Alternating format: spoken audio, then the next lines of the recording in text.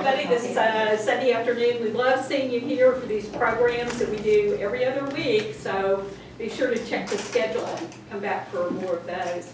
I'm Pam Stranahan, currently secretary of this group, and it's my pleasure to introduce Anthony Delgado, who is from the Canary Islanders Association from San Antonio. So would you join me in welcoming him? Thank you, Pam. Leah, thank you very much for inviting me to come down and share a little bit of our history of the Canary Islanders in Texas. How many of you know the story? Okay, well, you're going to have to, like, mom's the word, or we'll tag up and then you can give the presentation. So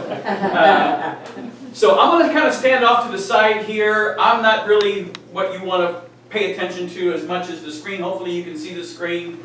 I don't have a automated clicker, so I'll just have to advance through. Earlier there was some conversation about, some good conversation about the seal. I didn't know until several years ago why the dogs are on the seal, right? And so Isla de las Canarias, it comes from the Latin word of dogs, right, canines. And there is a breed of dog that is unique to the Canary Islands. Presa Canario is the dog breed. Massive dogs, big dogs. I mean, the heads are just huge. And 2 years ago, there is a Presa Canario Dog Club of America, and they held a dog show on Main Plaza, which is just outside of the front of San Fernando Cathedral. And interesting looking dogs. So that's the reason why the dogs are on the official seal of the island of the Canary Islands. So this afternoon we want to share just a little bit, and this is going to be a thumbnail sketch of the history of the Canary Islanders in Texas. We'll talk about what was going on that caused them to come, why was it important for them to be here, looking at the 17th century, some of the things that were going on in the area we now call Texas. We'll talk a little bit about the beginnings in the 18th century, some of those struggles that they experienced, and the legacy that they have left, that many of us are still here today. So let's explore a little bit about what was going on prior to them arriving in Texas. So this is a map that shows North America circa about 1685. So prior to the original entradas that came in from Spain, remember, so Veracruz, Saltillo, Monclova, all of those had been populated, had been civilized. They had huge buildings. Veracruz was a major port, bringing goods and so forth into Mexico. But everything from what we now call the Rio Grande and east of that was all open, right? They had no civil settlements. There was nothing, right? And so the Spanish here around 1685, there's this French settlement that is on their territory round about today Matagorda Bay. So sure enough, La Salle had come in. The story said that he mistook that bay area for the mouth of the Mississippi. He erects Fort St. Louis. We all kind of understand the history there. Understand somebody worked on the LaBelle. There's a little, Pam worked on the LaBelle. So La Salle comes in and establishes a fort, Fort St. Louis, in 1685, and the Spanish are kind of not too happy that the French have come in from the east, have moved their way west, and have established their fort. So they decide that we need to start doing something about it, right? So just after 1685, into the 1690s, the Spanish then begin their entradas. They begin to come in and start exploring more, staking claim to the territory east of the Rio Grande. And so Father Massanet comes in and he names the site of San Antonio de Padua on the day of the feast day for St. Anthony of Padua from Portugal. This is followed up by several more expeditions that come into and around the San Antonio area and into East Texas. They established several missions in East Texas. now it's West Louisiana. But those missions, has anybody been to Natchitoches? Seen the missions there? Yeah. Fascinating, fascinating history. So that's where the border of Texas used to be. So the capital, Los Angeles, is now in Roebling, Louisiana. It was the first capital. Getting a little bit ahead of myself there. So in 1716, Diego Ramon comes in. Captain Ramon had established San Juan Bautista in present-day Guerrero, Mexico. He comes in and brings an expedition. Several of his members of his expedition stay in what we now call San Antonio. And then 1718, the Alarcón expedition comes in and establishes the Presidio de Béjar and the Mission San Antonio de Valero, otherwise known as the Alamo. That's right. Absolutely. Now you're going to have to pay attention through this presentation because at the end, there's a couple of door prizes. In order to get the door prize, you've got to remember some of the presentation. So, so that's important. So just recently, San Antonio celebrated its 300th anniversary because of the establishment May 1st and May 5th of 1718, the Presidio de Béjar and the Mission San Antonio de Valero. So that kind of was the beginnings of what we now call San Antonio and the civil settlements in what we now call Texas. So that wasn't enough. So the king thought that they needed to do something more. The Marqués de Aguayo puts together a plan. Have any of y'all worked for the federal government before? I'm a federal employee. We don't do things very fast. In those days, it was no different. So the Marqués puts together a plan. He submits his plan for populating Texas. And lo and behold, about 10 years later, the king says, yes, let's do that. And so the king commissions 400 people to come and populate the Provincia de Texas, what we now call San Antonio. But 400 didn't make it. So what happens along the way? So the king puts out his call. He doesn't necessarily want to bother the peninsulas, right? He doesn't want to bother the people on Spain proper. So let's go out to the islands and ask the islands. So they go out and put out a call, and 25 families from the island of the Canary Islands decided, getting some land, getting some money, getting some utensils and stuff to start this new life maybe isn't such a bad idea. But why? What caused them to want to raise their hand and say, pick me? Right? So I went to the Canary Islands with 19 of my distant cousins and visited in 2017, and we learned that prior to them leaving in March of 1730, there had been a huge famine. It was so bad that they were having to boil some of their leather goods, their shoes, the soles of their shoes, some of their clothes, to create a broth so that they would have something to eat. That was a bit problematic because water is not found, especially on the island of Lanzarote. There is no water. There's no water system on the island of Lanzarote, so you have to catch it from the rainfalls. And when the rain doesn't fall, you have a drought. When you have a drought, you have no water. And what happens when you have no water? Right? People die. So that was kind of their motivation. That says, hey, you want us to go to this place, and you're going to give us some land, and you're going to give us some monies. That's probably not necessarily a bad idea, because there's not much I can claim as my own here on this island. And so March of 1730, they leave Santa Cruz de Tenerife on their way to Cuba. So they stop over in Havana, Cuba for resupplies, and then they arrive in Veracruz in August of 1730, and there was about 10 families. So 25 leave, 10 families show up in Veracruz. My curiosity is who stayed? What happened to them? Who were they? What was the original list of names that left, and who stayed in Cuba? So that's, to me, has always been interesting. One of these days I'm going to figure that out. So they leave in Veracruz in August of 1730 as 10 families, and then along the way, they have marriages. Because the king says, you know, if you're head of the family, I'll give you some land. And so some of the young gentlemen thought, you know, that's not necessarily a bad idea, and, you know, Juan Leal's daughter sure looks pretty.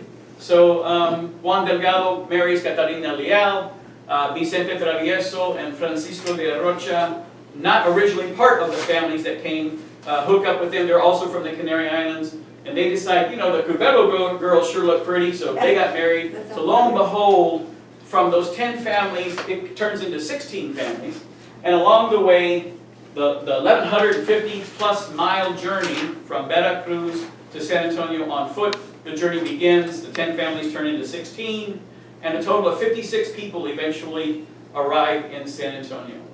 How do we know about them? Because, I mean, the Spanish, if many of you have done research, yes? For one reason or another? Yeah. So the Spanish were excellent in keeping records. So in November of 1730, they record the families. And they record them by name as well as their physical features. Absolutely excellent piece of documentation. I learned that one of my great-grandfathers, Juan Leal, the oldest gentleman, he was 54, 55 at the time of the journey, is blind in his left eye. One of my other grandfathers had a unibrow. So it's amazing the kind of information that you would have documented. So births and deaths, not everybody made it. One of my great-grandfathers dies in Veracruz, Lucas Delgado. Amazing. How many of you are familiar with Maria Robena de Betancourt's story? Anybody? So she leaves the Canary Islands. She's pregnant. She's about 25 years old. She has 5 other children. Her husband in Veracruz dies. So she's pregnant and has 5 other kids, and she's now a widow. And she continues on their journey. She has her child, Juan de Acuña, in Cuautitlan, in Mexico, and continues the journey. What? How is that even possible, right? So I mean, that's just the kind of fortitude, the kind of resilience that these people had to have that kind of, to experience the death, right? And then, for those of you who have born children, I can't imagine having to do that journey after that suffering, burying the child and then continuing. Amazing. Anyways, so here are the heads of the 16 families that were recorded by the Spanish in 1730. It was important to be one of the heads of the 16 families because that entitled you to property. Eventually, when you get to San Antonio, the captain will help you, and then we'll lay out some property, and we'll talk about a little bit about that in a little bit. But you'll notice that not all of them are male, right? So Maria Robena de Betancourt, as she's commonly referred to, she's the head of the 14th family. Lucas Delgado dies. His wife, Maria Melian, becomes the head of the 15th family. Some of these, Juan Delgado, the head of the 12th family, he's only 17, 19 at the time. He's one of those that said, hey, you know, if you're going to be giving out property and all I got to do is get married, let me get married. So sure enough, so along the way he gets married. So these are the heads of the 16 families. You'll notice that most of them came from Lanzarote in the Canary Islands. A couple of them came from Tenerife, one from Gran Canaria and La Palma. So the journey was well over a year from the time that they leave the Canary Islands and they arrive March 9th of 1731. Again, the Spanish take excellent records. Not only do we know what date they get there, but we also know what time. So it's about 11:30 in the morning. They're getting ready to have the mass, noon mass, and Canary Islanders arrive. This is a portrait, a painting that was done, hangs in the medical center in Bexar County. And it is a depiction of what that arrival ceremony may have looked like. The Presidio soldiers in San Antonio de Bexar greeting the Canary Islanders. It's a bit of a misnomer because they're actually, in listening to another researcher, there actually were no buildings that were of any significant structure when they arrived in 1731. But that's all right. It's still nice to look at. So what was life like for these Isleños in Texas? So So they arrive in March of 1731. Within months of their arrival, they work with Captain Almazan, and they draw lots, and they get their land. And they establish their houses and their homes in accordance with the laws of the Indies. So according to the laws of the Indies, the church was the centerpiece of the town. And around the church was the plaza, and then around the plaza was your homes.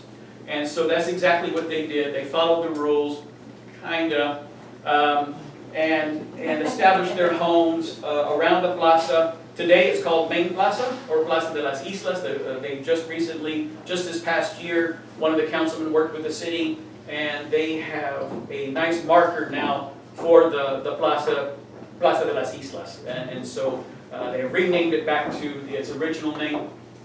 They also became the first government officials in what we now call Texas. So in August 1st of 1731, they sat their first town council. So they had the alcalde. The alcalde is kind of like the mayor, the county judge, and the civil magistrate kind of all rolled up into one position. They had town councilmen, regidores. They had a secretary, the escribano. So the secretary was the one who was taking all of the minutes. The Francisco de Rocha was also the notary public. So anytime anything had to be done officially, he was the one to make those records. And many of the records that you find in the Bexar County archives have his signature on there as the town council secretary, as well as the notary public. From the Alamo, where is that plaza? So if I'm standing at the Alamo is behind me. To the right is Houston Street in Commerce. I follow it all the way up, probably about 8-9 blocks. San Fernando Cathedral sits there, and right in front of San Fernando Cathedral is the plaza. You won't find, I get emotional talking about family. You won't find, unfortunately, any of those historic structures. So about 1745-ish, they built their government buildings. San Fernando Cathedral begins in 1738. It's not finished until around 1750, 1755. But the original building of San Fernando still stands, and it's the part of the sacristy all the way in the back.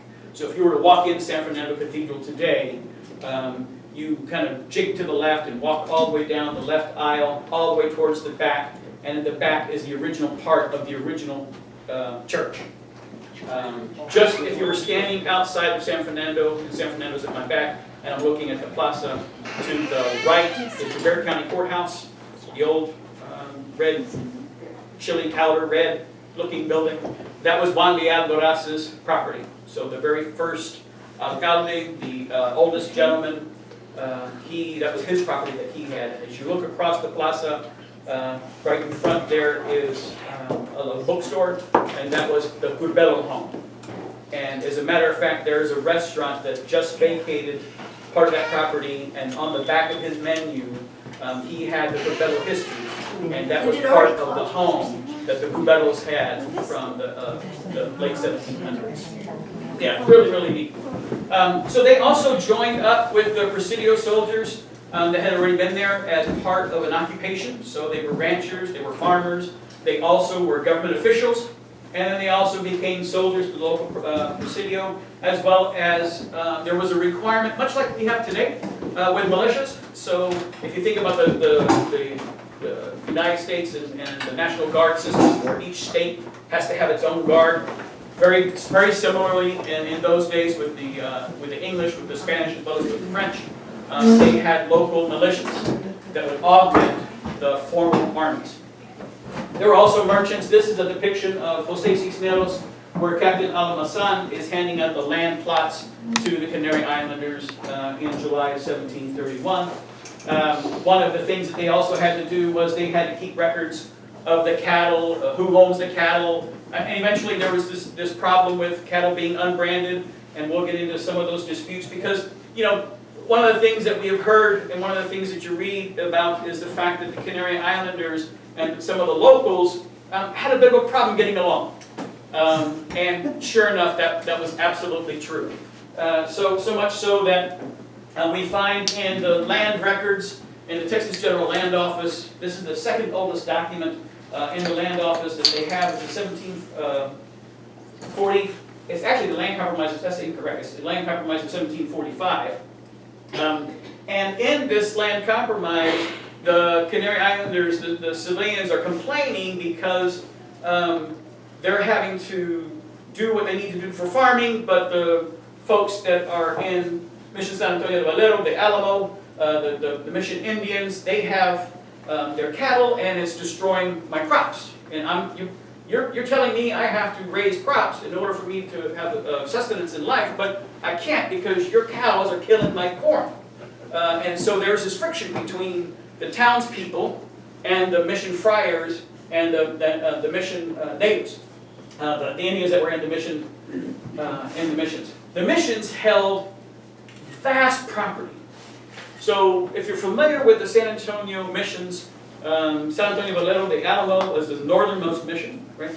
The southernmost mission is Mission Espada. It's about 7, almost 8 miles in distance from one to the other. And Mission Espada, if you can imagine San Antonio, right? Not too far from the Alamo and the San Antonio River. And Mission Espada's property went from there, following the San Antonio River, down past Floresville. So if you think distance-wise, that's about 25 miles. And all of that belonged to the mission. Mission San Juan had its property to the west and south, down towards Pleasanton, Atascosa County. That was all Mission San Juan's property. So if you were one of the islanders, one of the civilians, and you were trying to make a living farming and ranching, you had a little plot of land. It doesn't exist anymore because they created a river walk. But you had the plot of land that was just west of the bend in the San Antonio River, which is where the Alamo is. So here's the Alamo, here's this bend, and this all was property here, and this was their labores, this was their farming area. But the cows would come across, so they said, hey, we need some property. And so here we are, 30 years later, the 1778 land dispute, and we're still having problems getting some property for us to be able to ranch and farm. And so, 30 years of disputes between the Isleños, between the Presidios, between the mission friars. And when you look at the General Land Office document, the 1778 land dispute, it's over 100 pages, and it spans over a decade.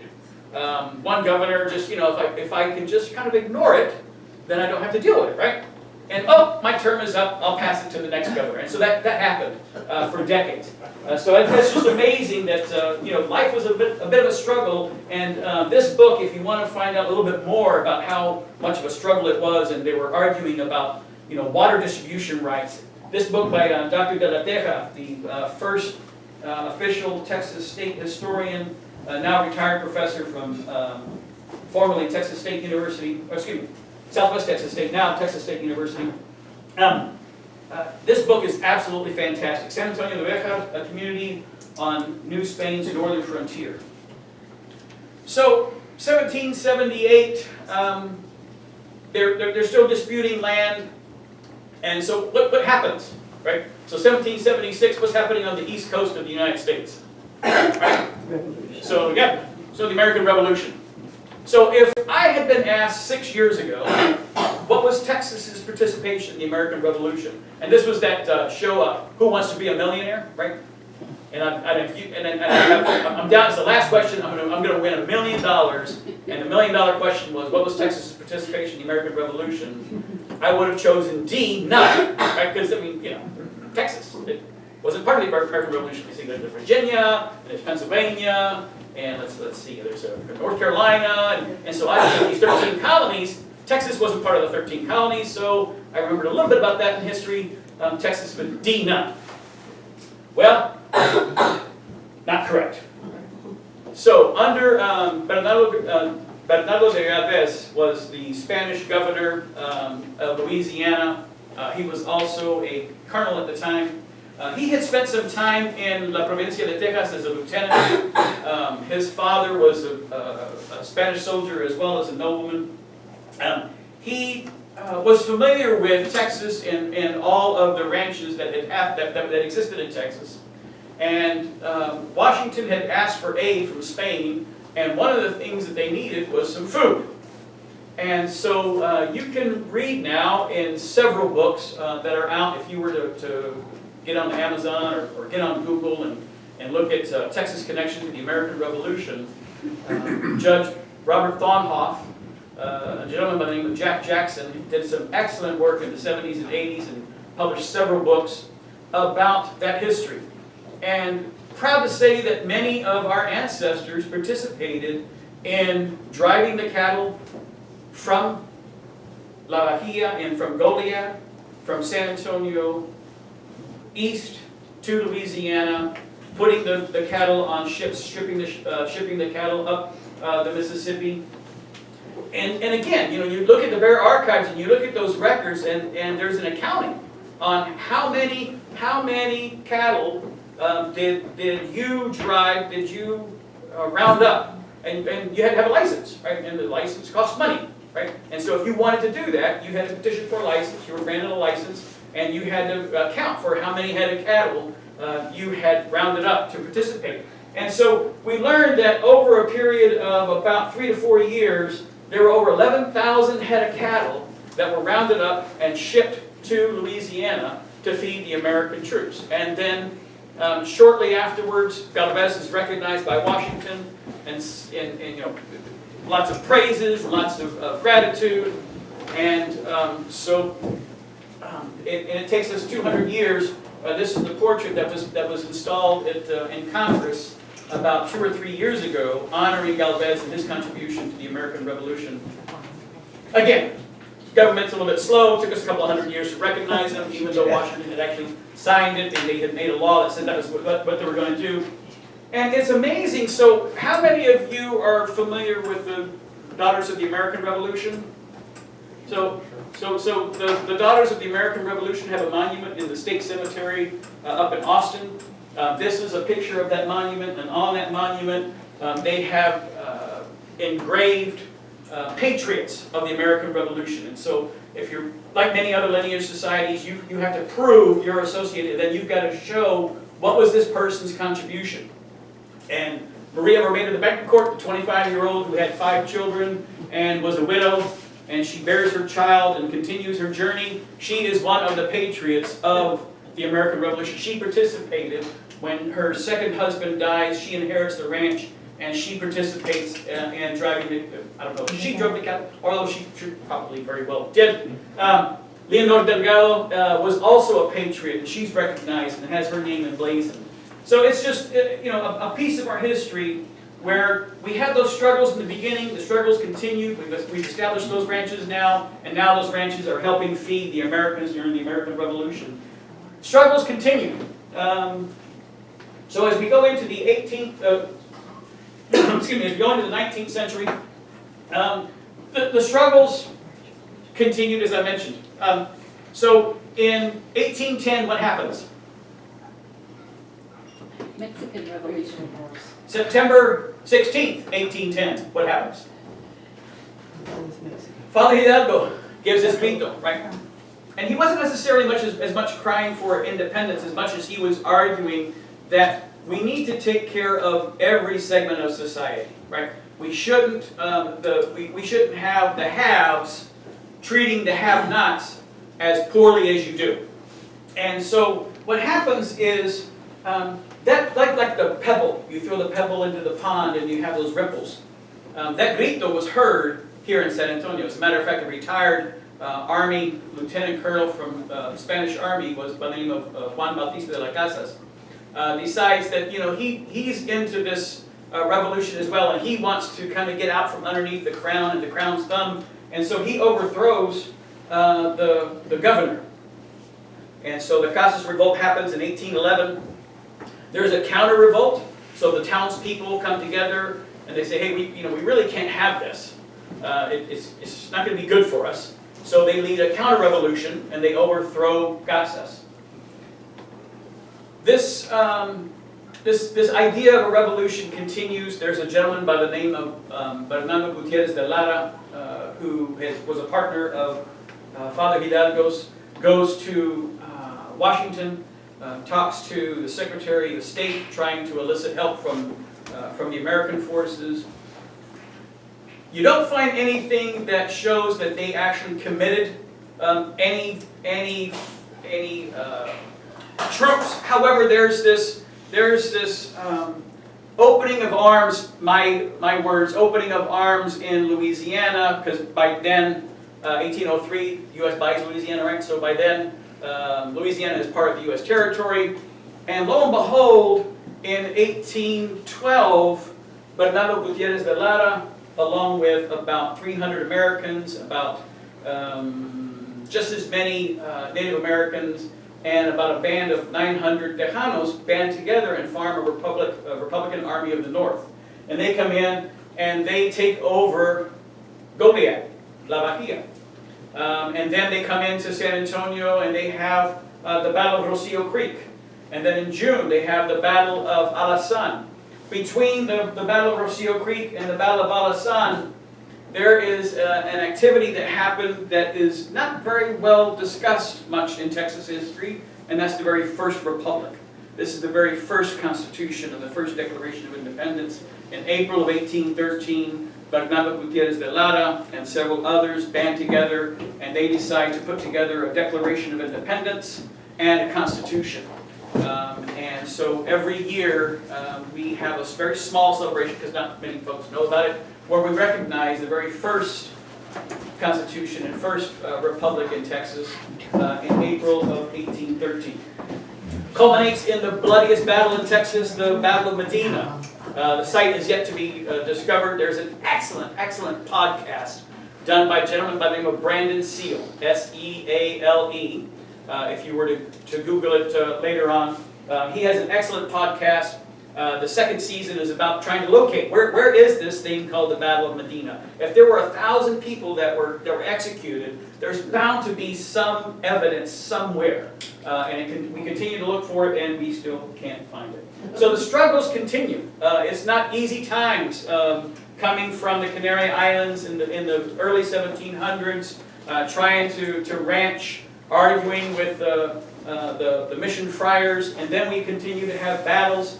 And 1813 is, to me, the foundation of what happens just a couple of decades later. This is a copy of from Jack Jackson's book, Los Mesteños. This is taken from the record that was done in September of 1813 by the Spanish.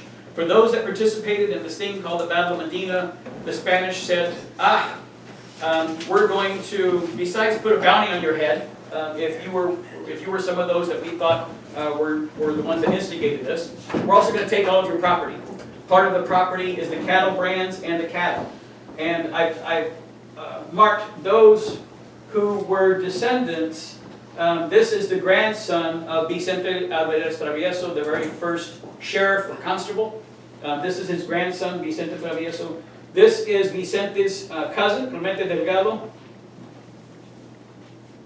Grandchildren, some of them are children of the original Canary Islanders that came in 1731. 1813, their property is taken. Clemente, as I mentioned earlier about Bernardo Gutierrez de Lara forming a government, Clemente was part of the new government, which is absolutely interesting because in 1812, he's the alcalde. He is the highest ranking government official in San Antonio in 1812. And then 1813, just 4 months later, he decides to band with Gutierrez de Lara and join his new republic and serve on his new government. Well, just so happens to show a year later, he now has a deportation order and he's deported. And so we look at the records, we find his deportation order where he is banished from Texas. Very, very interesting history, and those struggles continue. So what happens in 1835? The Cesar Reja, right? So some of these names that we found in 1813 that were part of Gutierrez de Lara's struggle for independence, their names show up again as participants in the Texas Revolution. Some believe that the Texas Revolution had to do with the Anglos that came into Texas, right? And they wanted to take over the Texas, and they wanted all the property. Well, hold on a minute.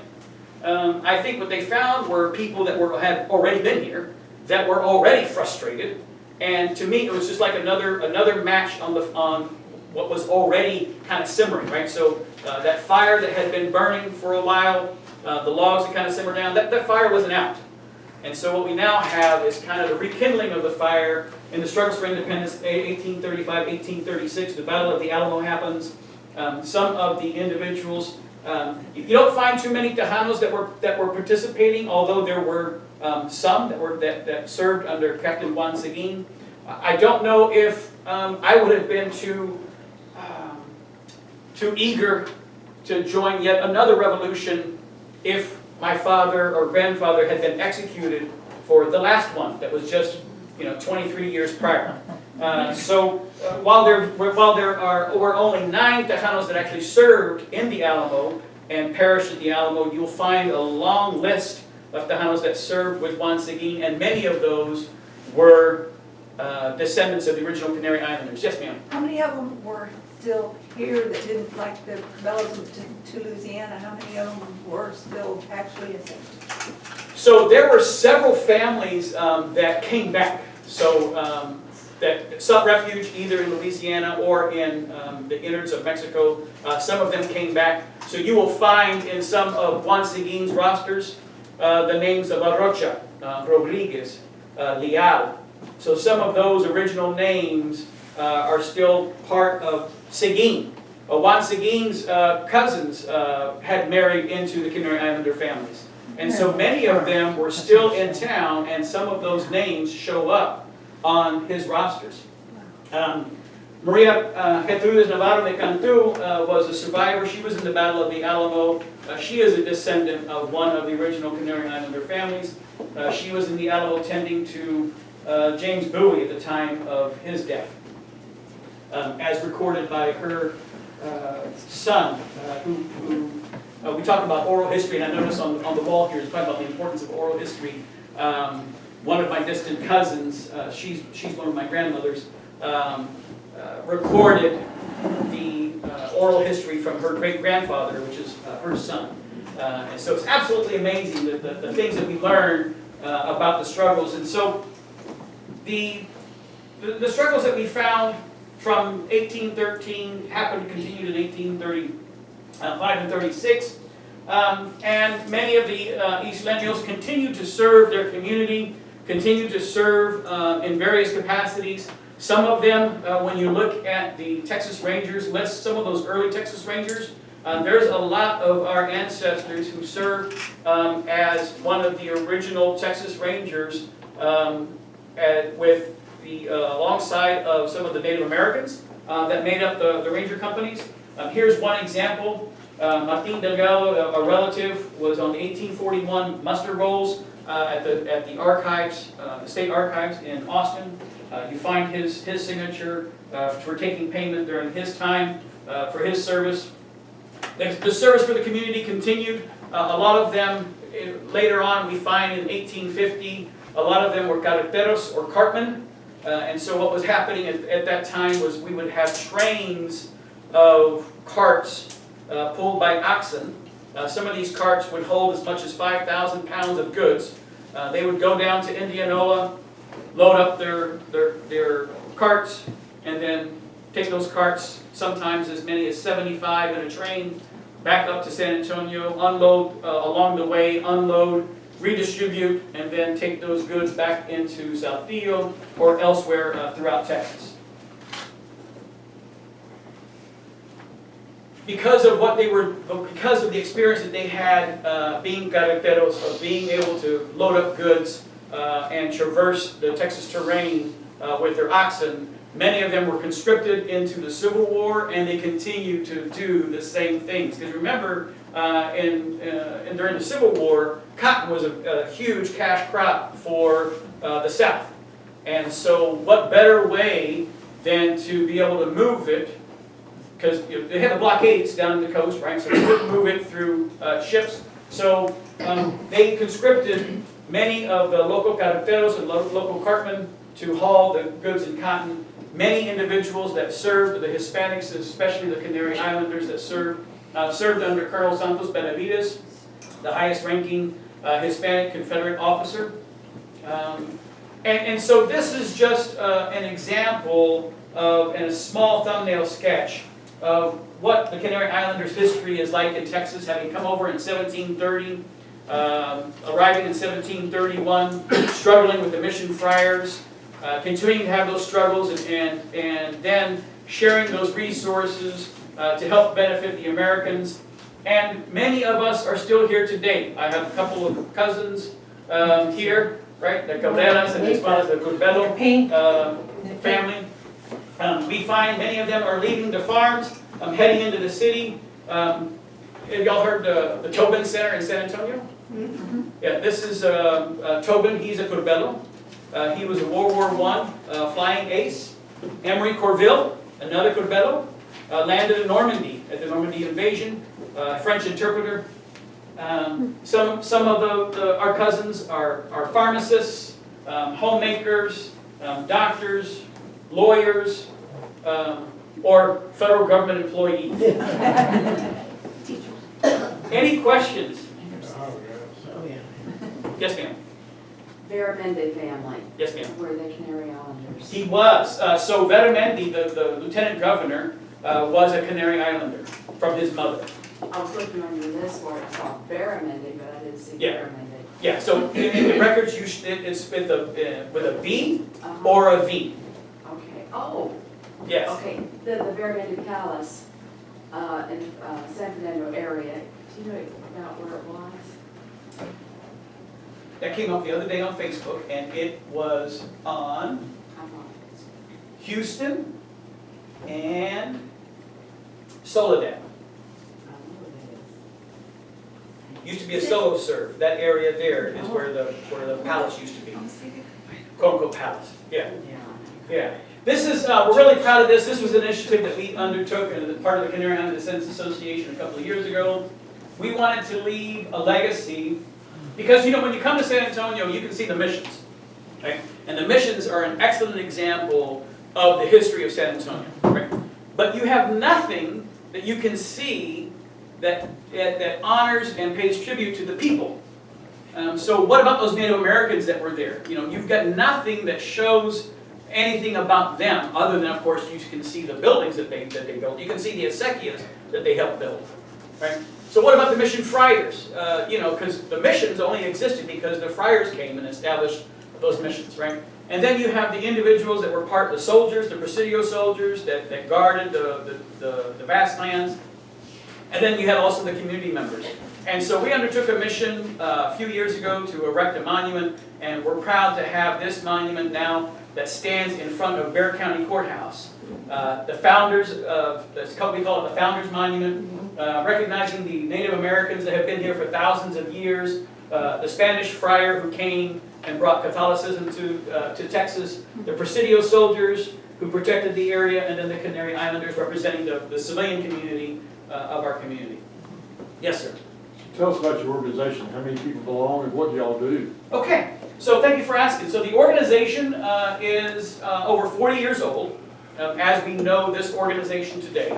The sole purpose is to promote and educate others about our Canary Island history.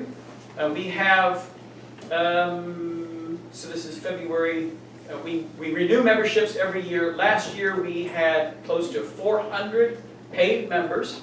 And there's many other hundreds that are in the records, but they don't renew their memberships every year. And so that's basically what we do every year, is to try and get out and take opportunities like this. Thank you so much, Leah, Pam, and Maureen, for inviting us out and doing what we can to promote the history. How would they, I told you we've got a huge amount here in town, and these people didn't know they were Canary Islanders. How would they could they form a local chapter? Or? So we don't have, we have not created chapters, but that's definitely something that I think You said in Aransas Pass they have, Aransas Pass has created a Facebook page, Oh, okay, right? okay. Aransas Pass, Canary Islands Families of Aransas Pass or something like that. They have a Facebook page, which I think is an excellent way to get started. We have not considered formalizing chapters. although that is something that is definitely worthwhile in considering. Yeah, so just start organizing. How do you know if you're a Canary Islander? Do your family history research, right? That's the only way I've learned. Dad said growing up we were from the Canary Islands. I just kind of like joking. You know, I'm a business major. I don't know much into history. I didn't know much about Texas history, although I grew up here. I didn't pay attention because I was more interested in typing, business law. You know, that would really intrigue me. So I looked at the map, you know, and Texas, Mexico, Canary Islands. Yeah, probably not. So if they wanted And sure somebody, enough. if somebody thought they were a Canary Islander, how do they go about proving that? I mean, like to join the organization, do you have to have certain proof So, that you make it? yes, so besides promoting our history, we're also a lineage society. We have recently created a membership for folks that are not lineal descendants. They can still join if they're interested. We've got several, probably about a dozen now, individuals that are not lineal descendants, but they enjoy what we're doing and they want to join us. And so they join as a friend of the Canary Islands. To be a lineal descendant, like many other lineage societies, any of y'all daughters of the Republic, sons of the Republic? Yeah, right. So very similar. You have to prove your association to one of the 16 families. One of the things that we're also struggling with, I say struggling, considering, is the fact that there are many individuals that came before our 56, after our 56, and they also were from the Canary Islands. Governor Lugo, who was one of the governors that served in the early 1700s, was from the Canary Islands. So you know, in order to join our association, you have to prove your lineage to one of the original 16 heads of the family. And you've got to go through your research, and then it took me 2 years to get mine done. I finished the application in about 6 months, and it took me an additional 18 months to make one connection between one grandfather and his parents. And it was during the Battle of Medina. They had left and they went to Louisiana, and I could not find this person's baptismal record. I could not find his birth record. I couldn't find anything. Later on, I see him, and he's named as one of the heirs. So I've got a document that proves his association, but the application requires birth certificate, marriage certificate, birth record, baptismal record, and so it can be. It's not impossible, but boy, can it be a challenge. Yes, ma'am. So if somebody in your family, like my uncle's already been a member, you still have to go through that whole process? It makes it easier, right? So the application, you have to name Yeah, everybody all along the way, right? But as far as proof goes, right? It's already there. So now that I'm already a member, if my sister or my niece wants to join, they just get a copy of my application, fill it all out, and since I'm already a member, all my sister would need is a copy of her birth certificate, and then that's it. She's done. Because I did all that work. I have a question. How many people in the audience or think you might be members? Well, not members, but We're descendants, yeah. Yeah. So I think we want to say thank you. If you all can come up and talk more details in a minute. Let's say thank you for our speaker today. Before we do that, I've got a couple of one. I've got a gift from the Canary Islands Descendants Association, Leah Van Moraine, to y'all. This is a DVD of the Nacimiento, so we put together a celebration of the 300 years. This is the DVD of that celebration, so from your History Center. Yeah. And I said there was a couple of door prizes, so hopefully you paid attention during the presentation. So one of the things, what's the second oldest document in the General Land Archives? Right, the 1745 land dispute. Ma'am, you were the first one. So here, one of the things that's kind of challenging, I don't know if you've done the research like many of us have, but you know, nice, beautiful handwriting, right? But some of the abbreviations I don't understand. So I called up to the General Land Office and I asked for their translator and paid for and received a translation of the document because on the signature page is my 6 times great-grandfather, Juan Delgado, the young gentleman who took advantage of the fact that the king was going to give land and he decides to marry Catarina Leal. His signature is on that document. So here's a translated copy of the 1745 land dispute. Is there DNA specific specific to the Canary Islands? that you There could is go through DNA that is or specific to the Canary Islands. Would that be for able to the- trace it? Yeah, no. Yeah. I'll talk about that in a minute. And then one of the other things that I had talked about during the presentation were two ladies, right, that were recognized as being patriots of the American Revolution. So who thinks they know one of the, yes ma'am? Betancourt. Betancourt, that's right. So here's a copy of the Canary Islanders of San Antonio. It's a collection of about 10 stories, some of us put together, and there's your copy. Okay, well, thank you so much. I appreciate it. Any other questions? Yes, I have a question. What is the name of that book that had the brands, the cattle brands? Los Mesteños, Mestenos, by Jack Jackson. It is a thick book, and it talks about the legacy of ranching from 1721 to 1821. That's way too much information.